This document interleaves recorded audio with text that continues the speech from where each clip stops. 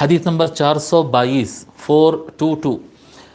عن ابی ہریرہ رضی اللہ عنہ قال قال رسول اللہ صلی اللہ علیہ وآلہ وسلم قال اللہ عز وجل وعزتی، رسول اللہ صلی اللہ علیہ وآلہ وسلم ارشاد فرماتے، درود شریف پڑھنا یاد ہے نا آپ لوگ کو؟ حضور اکرم صلی اللہ علیہ وآلہ وسلم کا جب نام لو یا جب نام سنو تو درود شریف مکمل پڑھا کرو۔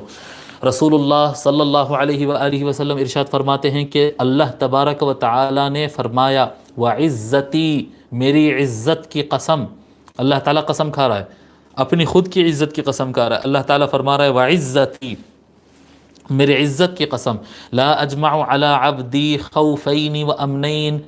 میری عزت کی قسم میں اپنے بندے پر دو خوف یا دو امان، جی اطمینان، امان کہتے ہیں نا، اطمینان، کوئی خطرہ نہیں، دو خوف، دو خطرے اور دو قسم کے امان میں بندے پہ جمع نہیں کرتا ہوں، یعنی کوئی بندے پہ دو خوف ڈال دوں یا دو امان ڈال دوں، ایسا نہیں ہوتا